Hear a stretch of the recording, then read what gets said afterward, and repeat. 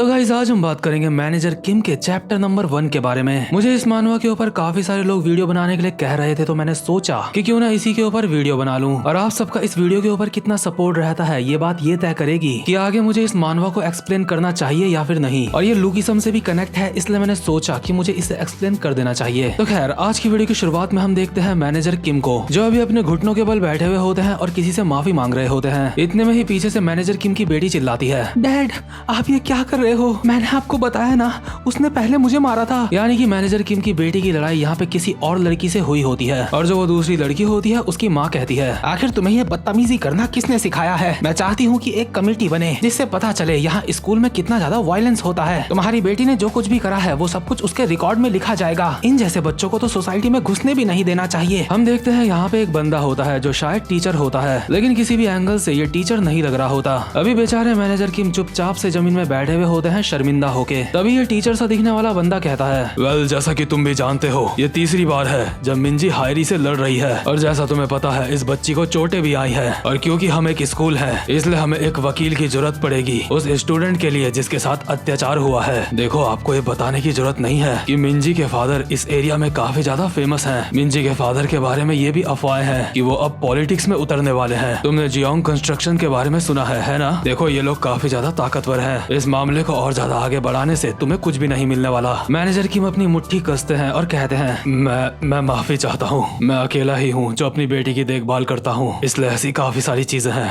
जो मैं उसको सिखा नहीं पाया। मैनेजर किम की बेटी चिल्ला के कहती है, डैड आप माफी क्यों मांग रहे हो? लेकिन मैनेजर किम दूसरी लड़की के पेरेंट्स के सामने घुटने टेक के बोल रहे होते हैं, एक लड़की का बाप दूसरे लड़की के बाप से माफी मांगना चाहता है, प्लीज मुझे माफ कर दो। और माफी मांगने के बाद मैनेजर किम अपनी बेटी के साथ यहाँ से निकल लेते हैं। मैनेजर किम की बेटी आगे आगे चल रही होती है और मैनेजर किम पीछे। मैनेजर किम पीछे से कहते हैं, क्या तुम कुछ खाना चाहोगी? मैनेजर किम की बेटी कहती है, नहीं मुझे कुछ नहीं खाना। मैं ना खाना खाना चाहती हूँ और ना ही मैं स्कूल जाना चाहती हूँ, और ना ही मुझे मेरे इतने डरपोक डैड चाहिए। डैड आखिर आपकी दिक्कत क्या है? आपको क्या प्रॉब्लम है? मेरे स्कूल में हर किसी के डैड या फिर पॉलिटिक्स में है या फिर वो किसी बहुत बड़ी कंपनी के चेयरमैन हैं। सारे स्टूडेंट्स के डैड के पास काफी ज्यादा पावर है, और वहीं आप डैड सिर्फ एक कंपनी के मैनेजर हो। आखिर क्यों डैड? मैं ऐसे पैदा क्यों हुई? आखिर क्यों मेरे पास बाकियों की तरह कुछ भी नहीं है? और आखिर हम इतनी सारी जगहों को छोड़ के साउथ कोरिया में क्यों रहते हैं? मुझे सच में अपनी हालत देख के दया आ रही है खुद पे। आखिर आपने मुझे पैदा ही क्यों करा? अगर आपकी जिंदगी ऐसी होनी थी, जो इंसान एक बच्चे को ठीक से पाल नहीं सकता, उसको बच्चा रखने का कोई भी हक नहीं है। मैनेजर किम की बेटी अभी काफी ज्यादा रो रही होती है, वो बहुत ज्यादा दुखी होती है। मैनेजर किम को ये सब कुछ देख के खुद काफी ज्यादा दुख हो रहा होता है, लेकिन वो कुछ भी नहीं कर सकते। इतने में ही मैनेजर किम की बेटी यहाँ से जाने लगती है और मैनेजर किम पीछे से कहते हैं, मिंजी रुक जाओ। और यार यहाँ पे नामों में कंफ्यूज मत होना। यहाँ पे अभी अभी मुझे भी क्लियर हुआ है कि मैनेजर किम की बेटी का नाम है मिंजी, और जिसके साथ मिंजी ने फाइट करी उसका नाम होता है हैरी। बट पहले मैंने उन दोनों के नाम उल्टे समझ लिए थे। तो खैर अभी मिंजी यहाँ से जाने लगती है और अपने डैड को कहती है, मुझे अकेला छोड़ दो। आपको कहने के लिए मेरे पास कुछ भी नहीं है, और मेरे पीछे पीछे मुझे ढूंढने के लिए मत आना। मैं आज हैरियोंग के घर में रुकने वाली हूँ। मैं सच बता रही हूँ, अगर आप मुझे ढूंढते हुए मेरे पीछे आए, सच में मुझे बहुत ज्यादा गुस्सा आएगा आपके ऊपर। और मैनेजर किम बस खड़े खड़े देखते रह जाते हैं और उनकी बेटी यहाँ से चले जाती है। और भाई लोग आपको कहना चाहता हूँ कि जिस तरह से मिंजी ने अपने फादर को सुनाया है ना, इस तरह से कभी भी अपने पेरेंट्स को किसी को भी नहीं सुनाना चाहिए। यहाँ तक कि हमारा लुकिसम वाला डैनियल भी पहले अपनी मदर को ऐसे ही सुनाया करता था, बट बाद में डैनियल काफी ज्यादा मैच्योर हो जाता है और उसे समझ आता है कि उसे ऐसा नहीं करना चाहिए था, और रियल वर्ल्ड में ये बात बिल्कुल बहुत ज्यादा अप्लाई होती है। इसके बाद सीन शिफ्ट होता है और हम देखते हैं मिंजी को, जिसके अगल बगल काफी सारे स्टूडेंट्स होते हैं। हालांकि उन्होंने स्टूडेंट्स की ड्रेस नहीं पहनी होती। और यहाँ पे हम देखते हैं हैरी को, जो मिंजी के एक रैपट मारती है और कहती है, तू छोटी कुतिया, आखिर तू मुझे ऐसे क्या देख रही है? क्या तू मुझे दोबारा से मारना चाहती है? और हायरी मिंजी के रैपट बजा देती है। इतने में ही मिंजी भी हायरी के बाल पकड़ के उसको मारने की कोशिश कर रही होती है, और ये दोनों लड़कियां बिल्लियों की तरह आपस में लड़ने लगती हैं। और अगल बगल के लौंडे इन दोनों की फाइट का मजा ले रहे होते हैं और कहते हैं, वो ये तो एक कैट फाइट है, इसके पंजे तो काफी ज्यादा चलते हैं। इतने में ही यहाँ पे एक मोटा सा लौंडा आके मिंजी के लात मार देता है और कहता है, तू छोड़ी कुतिया, तुझे क्या लगा था तू एक लड़की है इसलिए मैं तुझे मारूंगा नहीं? आखिर तेरी हिम्मत कैसे हुई मेरी गर्लफ्रेंड के ऊपर हाथ उठाने की? और इस मोटे का नाम होता है मीनो शियोंग। असल में हायरी इसकी क्रश होती है, मतलब ऑफिशियली गर्लफ्रेंड और बॉयफ्रेंड नहीं होते वो दोनों। हायरी पीछे से चिल्लाते हुए कहती है, सही कहा, ये लड़की एक कचरे का ढेर है, इसकी तो कोई ज्यादा जान पहचान भी नहीं है, ना ही इसके दोस्त हैं। बेचारी मिंजी अभी हाँफ रही होती है और कहती है, तुम लोग बहुत ही गिरे हुए हो, चापलूस कहीं के। तुम सारे के सारे लोग सिर्फ यहाँ पे मुझे मारने के लिए आ रखे हो। इतने में ही मिन्हो मिंजी मिंजी के बाल पकड़ लेता है और कहता है क्या कहा तूने, और एक घुमा के रैपट मारता है मिंजी के। और इसके बाद लगातार मिंजी के रैपट ही रैपट बजाए जा रहा होता है। मतलब यार सोच रहे हो तुम, एक लड़की को मार रहा है वो इस तरह से, और मैं सोच रहा हूँ अगर ये लुकिसम का ही यूनिवर्स है तो यार काश अभी यहाँ पे डैनियल आ जाता और मिंजी को बचा लेता। बट यहाँ पे ऐसा कुछ भी नहीं होने वाला। मिनहो मिंजी के रैपट मारे जा रहा होता है और अगल बगल के लोग आपस में बोल रहे होते हैं, हे अब हमें रुक जाना चाहिए, इस तरह से तो वो मर जाएगी। इतने में ही हायरी एक पत्थर उठा के मिंजी की तरफ भागते हुए आ रही होती है और कहती है गधों मेरे सामने से हट जाओ, हे मिंजी किम तू कुतिया कहीं की, और सीधा पत्थर घुमा के मारती है मिंजी के सर पे। ये पत्थर सर पे पड़ने के बाद मिंजी टकराती है मिनहो मोटे से और सीधा मिंजी का सर जाके लगता है एक पत्थर में और मिंजी का खून जमीन में बिखर जाता है। यहाँ पे मैटर थोड़ा सा सीरियस हो चुका होता है, इसलिए सारे लोग आपस में बोल रहे होते हैं,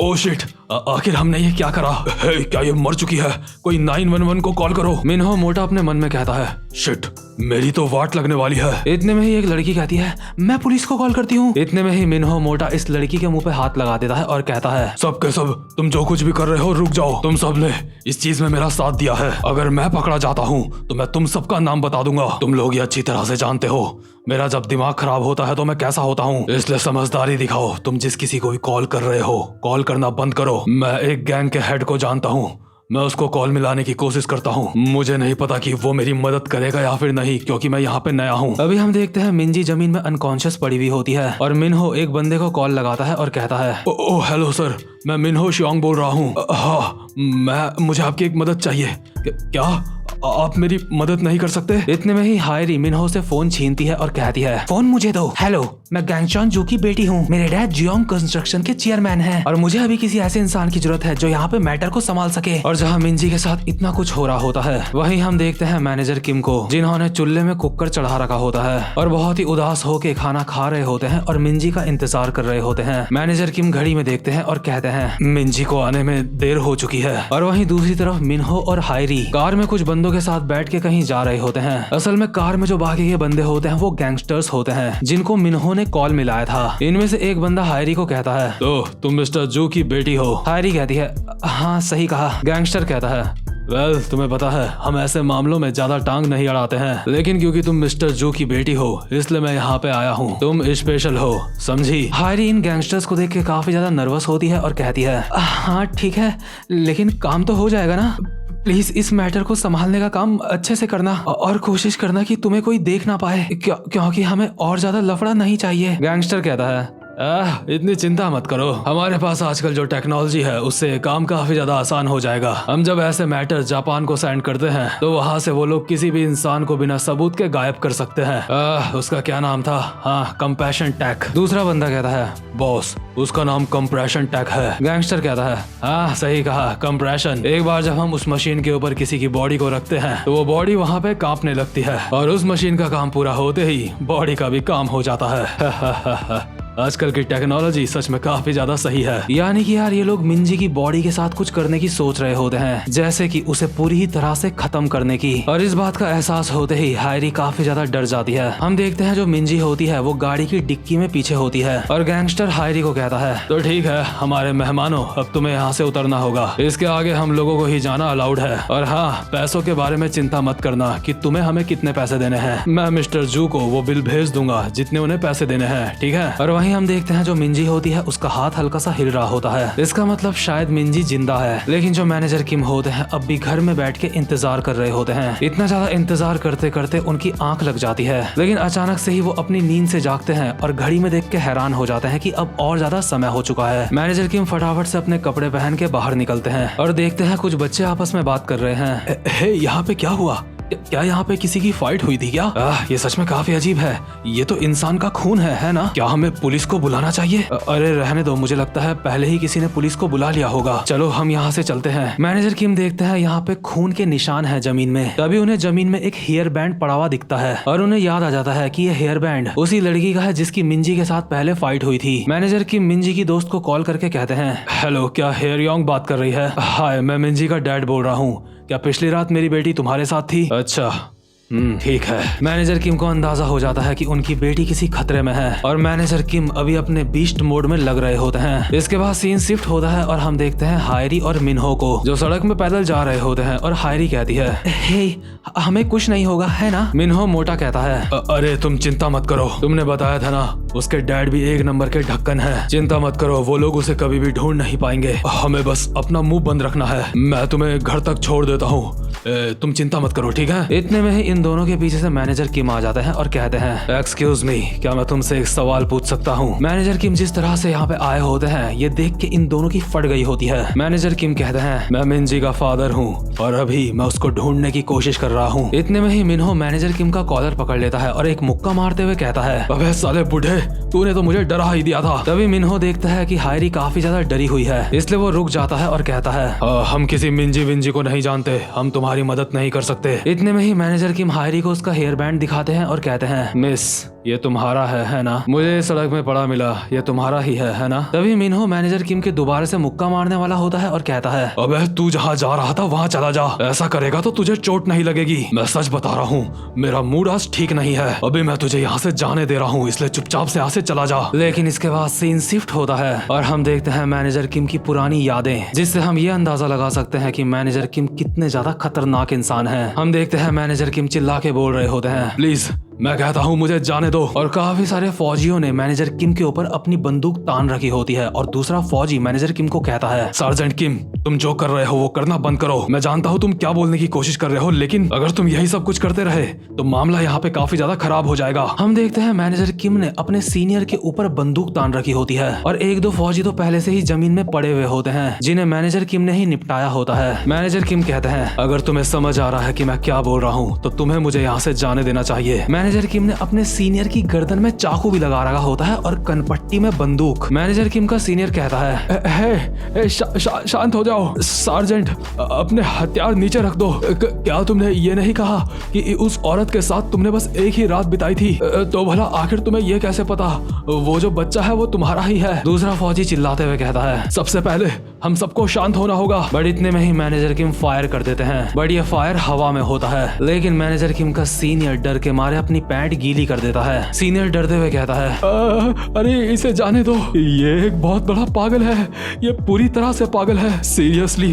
अगर ऐसा ही चलता रहा ये हम सबको जान से मार देगा। और यार सोचो, जिस बंदे को देख के फौजी इतना ज्यादा डर रहे हैं वो बंदा खुद एक कितना खतरनाक फौजी होगा। देखो मैं यहाँ पे फौजी शब्द इस्तेमाल कर रहा हूँ, लेकिन करने के लिए मैं स्पेशल फोर्सेस शब्द भी इस्तेमाल कर सकता हूँ। इसके बाद हम प्रेजेंट मोमेंट में वापस आते हैं जहाँ पे मिन्हो मैनेजर किम का कॉलर पकड़ के बोलता है, तुझे लगता है तू बहुत ज्यादा खतरनाक है बुढ़े, अब तक मैं तेरे ऊपर रहम खा रहा था लेकिन अब तो तेरी। और मिन्हो अपनी टी शर्ट निकालने लगता है मैनेजर किम को मारने के लिए और कहता है, लगता है तुझे अब समझ आएगा कि असली तरह से तुड़ाई करना किसको कहते हैं बुढ़े, क्या तू भी अपनी शर्ट निकालना चाहता है। मैनेजर किम कहते हैं, संभल के बच्चे। बट इतने में ही मिन्हो मैनेजर किम की शर्ट पकड़ता है और उसको फाड़ते हुए कहता है, या फिर तू चाहता है मैं तेरी शर्ट निकालूं बुढ़े, आखिर तुझे लगता क्या है, तू कौन है, क्या तुझे पता भी है कि फाइट कैसे करी जाती है। और मैनेजर किम की शर्ट फाड़ते ही जो मिन्हो होता है काफी ज्यादा हैरान हो जाता है, साथ ही साथ में हायरी भी डर के मारे कांप रही होती है। इसके बाद दोबारा से हम वो सीन देखते हैं जब मैनेजर किम ने अपने सीनियर की गर्दन में चाकू लगा रखा होता है। अभी एक फौजी चिल्ला के अपने सीनियर को कहता है, ये नामुमकिन है,